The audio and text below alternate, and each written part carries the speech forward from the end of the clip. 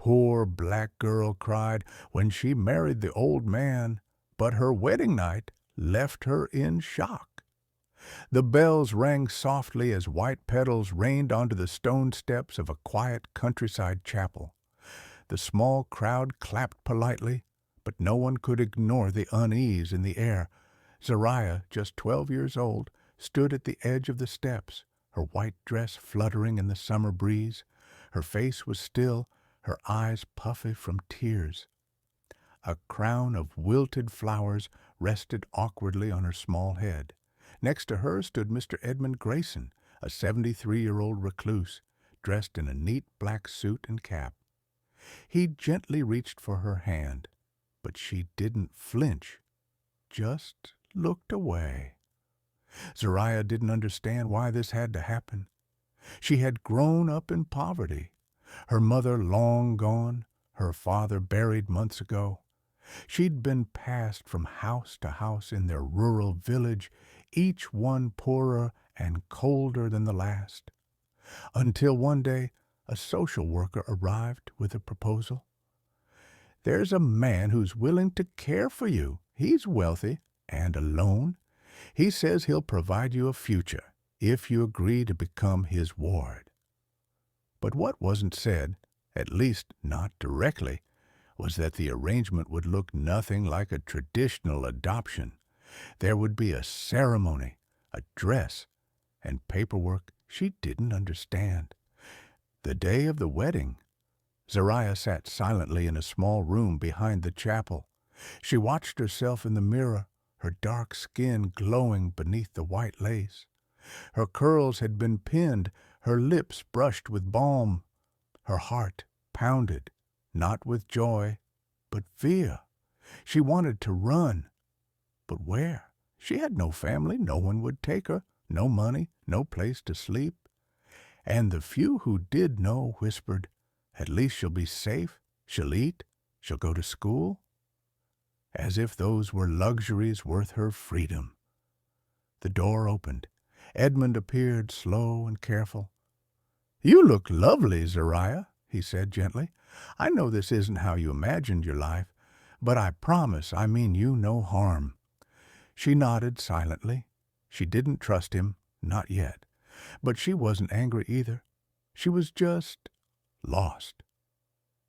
That evening, they arrived at his sprawling countryside manor, a towering estate of red brick and ivy, hidden far from the nearest town.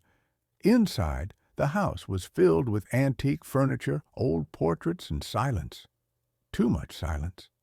Zariah was led to a large guest bedroom. Her bags were already unpacked, fresh clothes laid out, a stack of books by the bedside. She stood in the doorway, unsure what to say.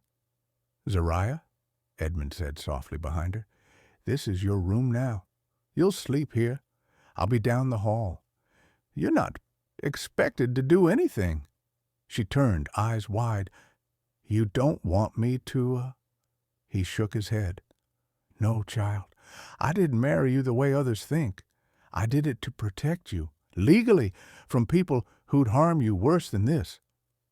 Tears welled in her eyes again, not from fear this time, but confusion. She didn't know what to believe.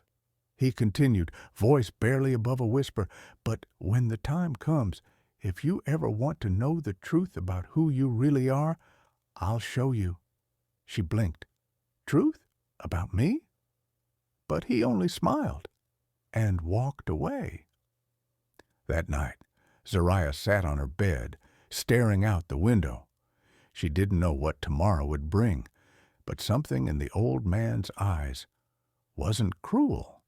It was hiding something deeper, something no one had told her, and the truth would come sooner than she ever imagined.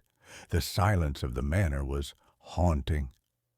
Zariah lay in bed that first night, her white dress now folded at the end of a bed too large for her. She clutched the bed sheet tightly, staring at the ceiling, trying to make sense of Edmund's words. "I didn't marry you the way others think. I did it to protect you. When you're ready, I'll tell you the truth."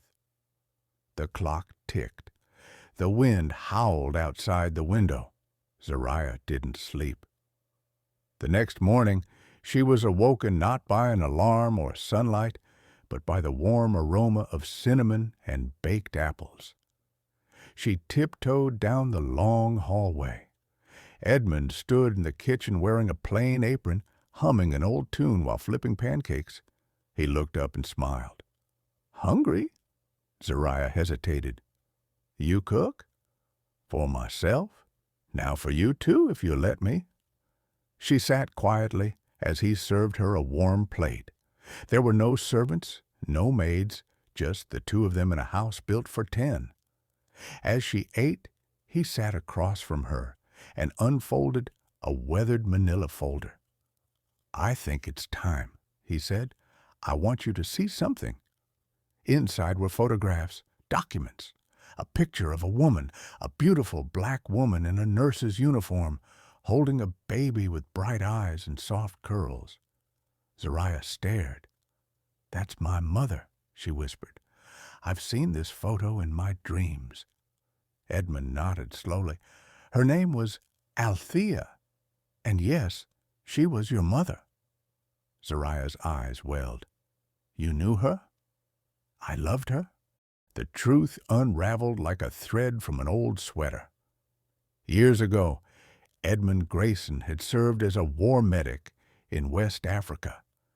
He was assigned to a field hospital where Althea worked as a nurse. They fell in love, but their relationship, complicated by politics, race, and scandal, was forced into secrecy. Before they could escape and build a life together, Althea disappeared, rumored to have died in childbirth after being transferred. But Edmund never stopped searching. He returned home, broken and bitter. Years passed, and one day he received an anonymous letter. Inside was only a photograph of a child, a girl who looked just like Althea. The letter said only, "She is in danger. Find her before they do." He tracked down records, saw how Zariah had been moved from home to home, poor, abandoned, forgotten. When he tried to gain guardianship, the system pushed him back. He wasn't a relative, he was too old, and rumors swirled about his motives. So he found another way. He used marriage law in their state that allowed minors to be placed under the legal protection of a spouse, with parental rights in certain rare cases, only if no family could be found and danger was imminent. He made it legal to shield her from what was coming. Zariah's hands trembled. Danger? From who? Edmund hesitated, then opened a second folder. It held court papers, a lawsuit, a company's logo, stamped at the top. Pharmadyne Corp., Experimentation Division, internal memo, subject AZ, terminated.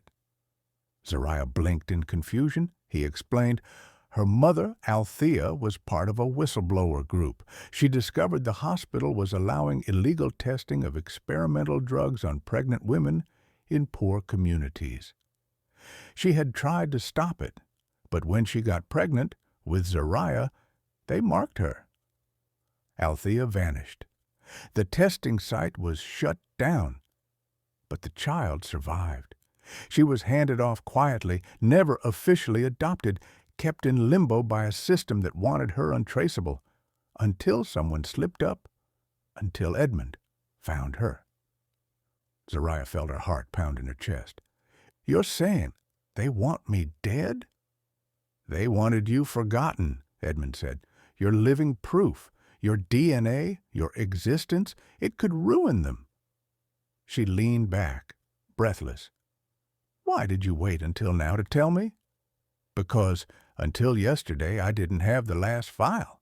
And because—" He paused, voice cracking. "I wanted you to know me first, to see that I wasn't here to hurt you." Zariah looked at him, really looked at him, not as an old man, not as the stranger she was forced to marry, but as someone who had sacrificed everything to protect her. That night, her wedding night, once feared and dreaded, ended in a way no one could have predicted. She lay on the living room floor beside Edmund, the fire crackling in front of them, both of them silent. He told her stories of her mother. He showed her a video, grainy from years ago, of Althea holding Zariah as a baby, humming softly, brushing her curls with love. Zariah cried, and this time not because of fear, but because for the first time in her life she felt seen. 1 year later, Zariah stood on a stage wearing a blazer and holding a microphone. "My name is Zariah Althea Grayson. I was forgotten by the system, but today I'm standing here to tell you justice is not silent anymore." The courtroom erupted in applause. Behind her, Edmund stood with a cane, tears streaming down his face. The case against Farmadine went public. Dozens of other girls were found. Zariah used her story to start a foundation to protect those the world tried to bury. And the marriage, it was later annulled and reclassified as guardianship.